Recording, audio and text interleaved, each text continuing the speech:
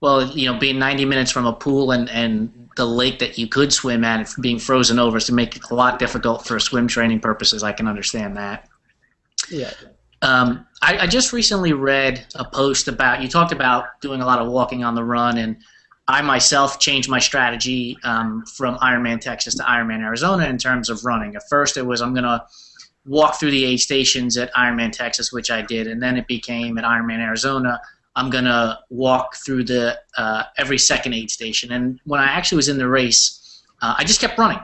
And I just read an article about how that is the mindset that people should have is don't go into it thinking I'm going to walk through this aid station at this point or whatever it may be. Just run until you literally can't run anymore. And when you really need that physical break, do you think that that's something that you can use as a strategy, or do you think that having a strategic 10-second, make sure I walk for only 10 seconds, go strategy would be more beneficial for you?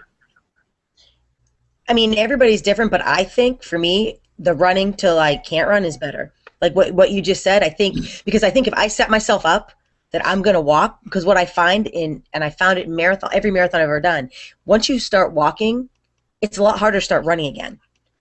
And it's almost as if you can keep running, even if you run slow enough through the aid station, but you're still kind of running, I think it's going to be better. I guess we'll see. But that's a strategy I think I will use is, I mean, if I need to, if I end up feeling I'm going to have to stop, then walk, then I guess I will. But my plan is to run the entire marathon of the Ironman. And I think the strategy you're talking about is a really good one for me anyway. Yeah, I'm going to use that at Texas in 2013 too, is just run until I just physically can't run anymore. I managed to get through the first 10 or 11 miles at Arizona without having to take that walk break. And I don't even think I needed it. It was just a mindset like, okay, take the walk break because that's what you had planned to do. Yeah. But that leads back to fueling, because obviously you've got to fuel. And at Ironman, for those of you who don't know, Ironman aid stations are smorgasbords. There is anything and everything you can possibly imagine. Chips, brownies, cookies, grapes, watermelon, bananas. I mean, honestly, if you were a homeless person and you could find your way to an Ironman race, you would get a lot of food. So in terms of the whole nutrition for you now, are you, with a no sugar, you're not going to use any sugary gels or drinks or anything like that at Lake Placid, or will you because you're going to train with them, or how's that going to work with your new diet? Yeah, that's something I'm still working on figuring out. But my plan is to not really use the sugar. I'm going to have to use some at some point probably, because when you mentally get down, I think that gives you a little wake up, So I mean, but I don't plan on using the gels. I always hated them anyway. But I don't have an alternative yet of what I'm doing. There's one product I'm looking at. It's called Generation You Can. Mm-hmm. UCAN, yeah. And that supposedly, I mean, I haven't tried it yet, so I don't want to say too much about it because I don't know how I feel about it yet. But that's one product I could bring with me on the bike. But on the run, yeah, I don't know. That's in progress. What I just read a post, and I'm going to put the link to what I'm about to refer to in this blog post as well, is training with whole foods so that you can race with whole foods. And clearly at Ironman there are bananas and there are oranges and that kind of stuff to help fuel you, but you clearly have to do it during training. So I'll put that up there for you personally and for anybody else who's interested in training with whole foods as opposed to supplements like First Endurance or anything else that's out there that people use. Yeah, that's awesome, Jason, because I guess I'm sorry to interrupt, but I think that's something I'd like to move towards, because I think just you can stomach it better.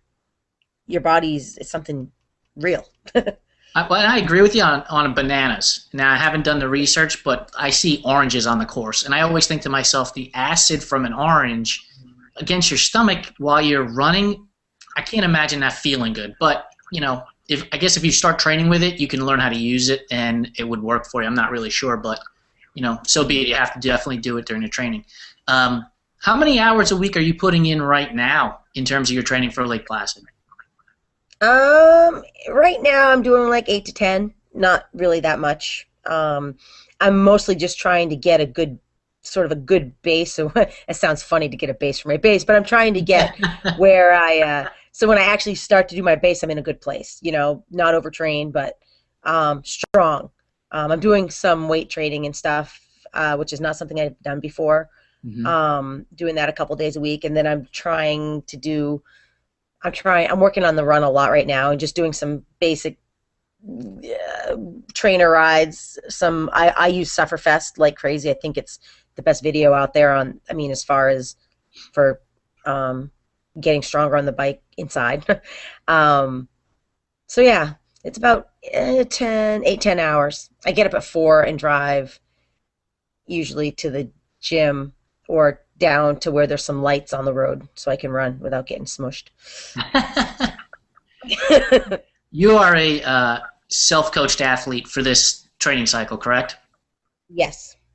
How are you Yeah. going about putting together a training plan for yourself in terms of, you know, base building, then peak, then taper? How are you going about that? Are you using any books, your past experience, obviously? Shed a little bit of light on that for people who are going to try and self-coach themselves through an Ironman.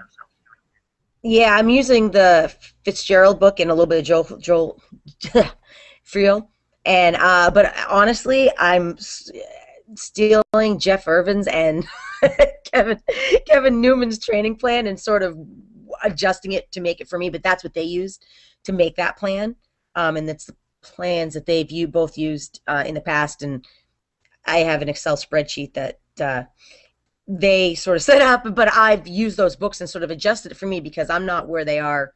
They're 11-hour guys, and I'm not, not to say I won't ever be, but that's not my goal for Lake Placid.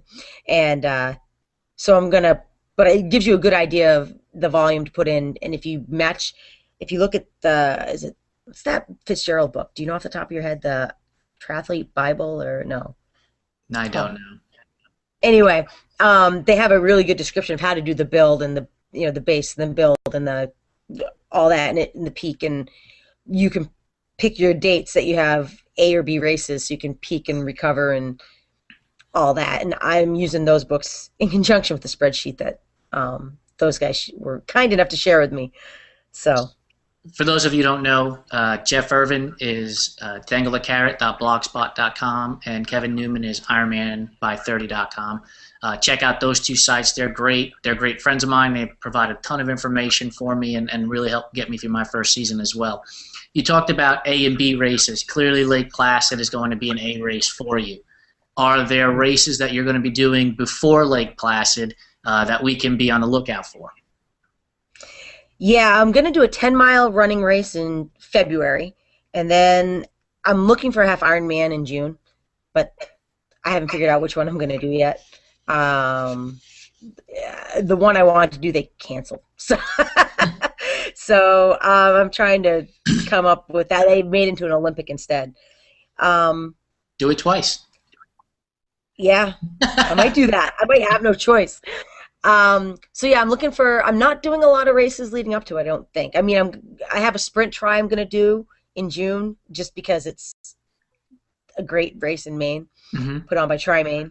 And yeah, it's basically Placid's my big race. But if I can get a half Ironman before, that would be awesome because it's a good test to see where I am. It's just a matter of finding one that I don't have to drive 15 hours to or something. Right. Like Yeah, that. I understand that. Well, Yeah.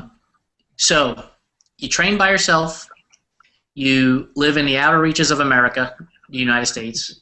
You're self-coached, and something that's near and dear to my heart, you have your own vegetable garden out back. Talk to us a little bit about that and how that helps with you in terms of cutting down on time in traveling to a grocery store, eating whole foods, nothing with GMOs and pesticides and that kind of stuff. Talk about how you came about becoming a gardener, for that matter. Well, I grew up, my grandfather always had a garden, and I just grew up, I didn't know that everybody didn't have one. If I wanted a carrot, I'd go get one out of the garden, or whatever it was. And I just grew up, that was just part of my life. And then so when I had my own house, the first thing I did was get a spot for a garden because you're supposed to have one. And it's funny. I'm planning my garden right now, and I'm sort of thinking of the things I want. And I've what's difficult is the growing season in Maine is very short. But what's nice is if you can plan it right, you can definitely cut down on your trips to the store because you grow enough to get you through part of the winter.